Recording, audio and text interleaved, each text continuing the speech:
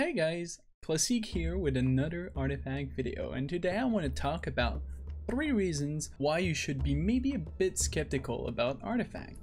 Now, I know my last video was 5 reasons to be hyped, and while being hyped is, I think, better, having faith in games makes it a lot more fun to wait.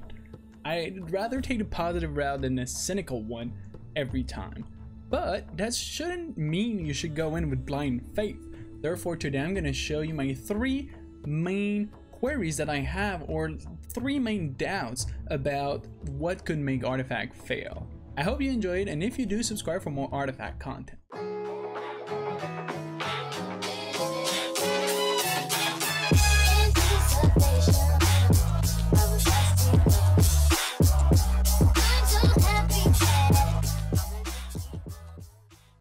My first big doubt is the economy. Now, I've mentioned that I do like the pay-to-play model. I do think there's a lot of upsides to it, and when I compared Hearthstone to Artifact, I really hammered down that I think a pay-to-play model might be better overall and might even be cheaper than the free-to-play one. Because as we all know, free-to-play doesn't really mean free-to-play. Now, does that mean that pay-to-play models are always great? Hell no. I mean, just look no further than Magic, where there's some cards that are upwards of $100 in standard, or if you go even in the limited format, they're around like thousands. Now, I know the one at, around the 1,000 mark are not your go-to cards every time, but like from experience, from playing Magic for a couple of years, there's a lot of times that I simply could not compete because it was too expensive. I could not afford a $400 deck, so I had to do my own brews and play with friends, and I just could not be part of the competitive circuit, even if I would have liked to, simply because I could not afford it. It was way too expensive. That's why I love Commander, because it's not an expensive format and it's, eternal. So that worries me a bit. I know we've been said that rarity does not equal power, and that they'll track, the price of cards, and that they'll try to make rares not go above $20. But from now, it's all talk. And at the end of the day, Valve is a company, and if they see that people are ready to pay outrageous amounts, there is little incentive to, bring the price down if people are willing to pay it. That's what worries me the most. I have not been part of card games yet, and if you did, please comment down below what card game, because I have certainly not played them all, but I haven't found one yet that it was doable without, spending a shit ton. Paper Magic is expensive, Hearthstone is expensive, MTGA is kind of expensive too, unless you're ready to grind. Once again, those games offer a free-to-play path that if you have a lot of hours can be worth it. Artifact will not. Therefore, I really hope that they nail down the pricing, and even though we know, the price per pack, which is going to be $2, it gives you 12 cards with a guaranteed rare, so that kind of gives me hope, but I'm still skeptical. It's an economy of a card game, and right now the historical data just does not make me super confident that this game will be cheap. Then my second biggest doubt is the player base. Now, I know you don't need to be the #1 game in a genre to be fairly successful. It really depends what your goals are. And I don't think Artifact is going to be the Hearthstone killer. I really don't. Like I said in my comparison video, 2 different games for 2 different needs. But you still need a healthy player base, because at the end of the day, viewership is what drives funding. Viewership is what will make Valve want to invest more in their esports. And not only do you want viewership, you also want, a healthy player base, a healthy competitive scene. I put them all in the same bucket for simplicity reasons, but it is difficult to guess what is going to be because it's not out. But I'm still a bit skeptical, because I've seen a lot of people being intimidated by the looks of the game and saying, oh, it's going to be too complex. Fuck that, I'm not even trying. And that could hurt a bit. Now, do I think Artifact is going to be too complex? Hell no. And that might be like a single video in and of itself, because that's kind of something that actually kind of triggers me. Oh, it's gonna be too complex. Like, it depends what you mean by complexity. But it is daunting at first look, and I've had multiple people come to me and say, I'm not sure if I want to try it because of that complexity. It looks intense. And on that part, I feel it really depends on the UI, on the art. Can they hook players in with flashy things to make them sit down and actually learn the game? It has a price tag, like we said. Therefore, the decision to give it a shot will be harder to get people. Like if you want to convince someone to play Hearthstone and you say, oh, you should give it a shot, it costs $0 and you can try and see if that's something you kind of like. Now in Artifact, that's just not possible.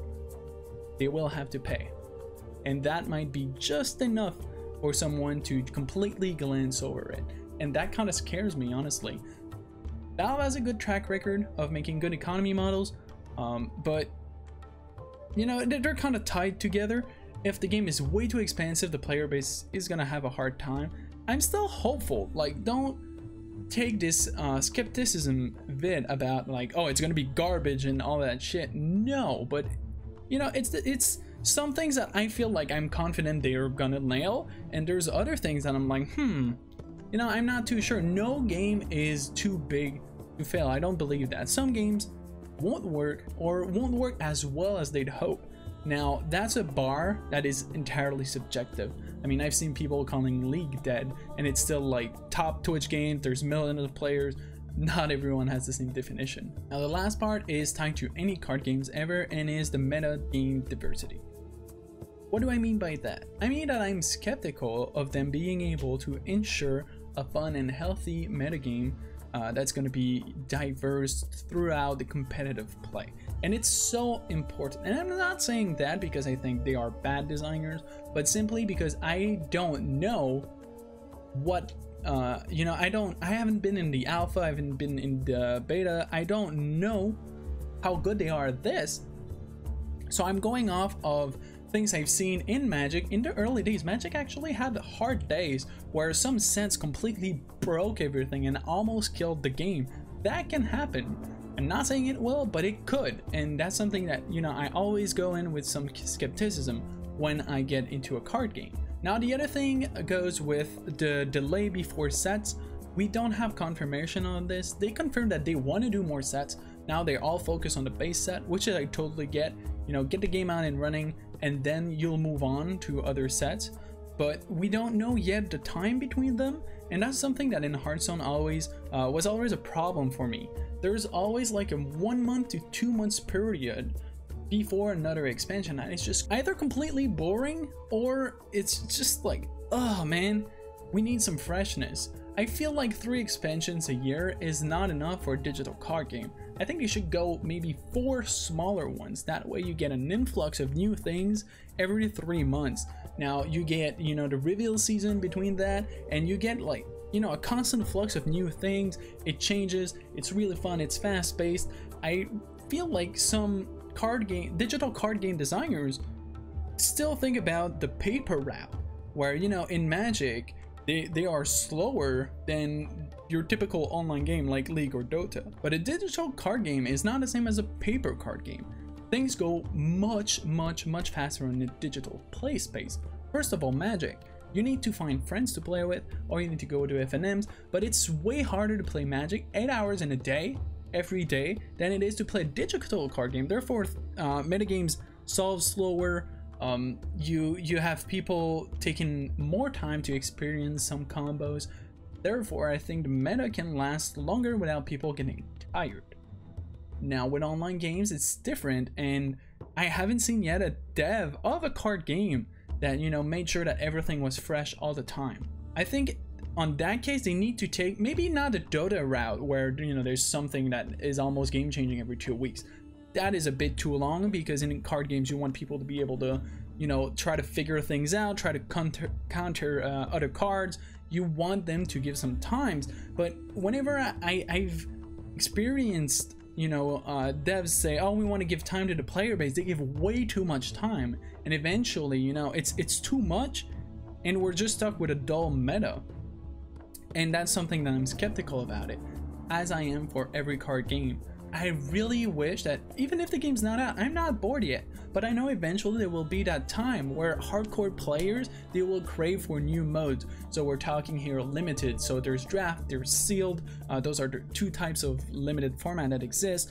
There's singletons, there's pauper, there's even things like commander, which would be really weird in an artifact format, obviously. But the fact that it's so different, that means you can do really fun things and use the digital space to do it and create new ideas and new rules. And they certainly have not said they were close to the idea.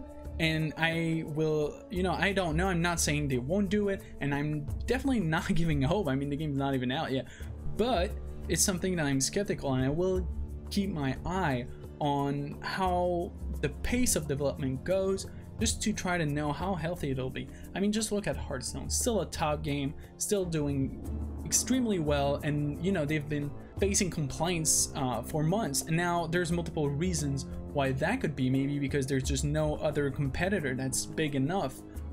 Maybe they have the leeway. Maybe people are just so attached to it because it's been there for so long.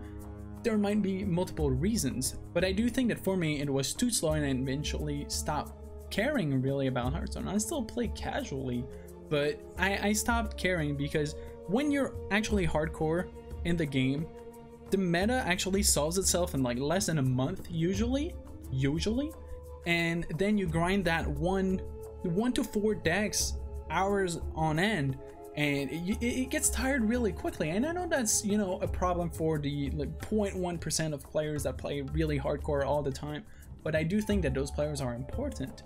I think you need to cater to everyone, and simply having like good draft and limited formats will help for the longevity of sets.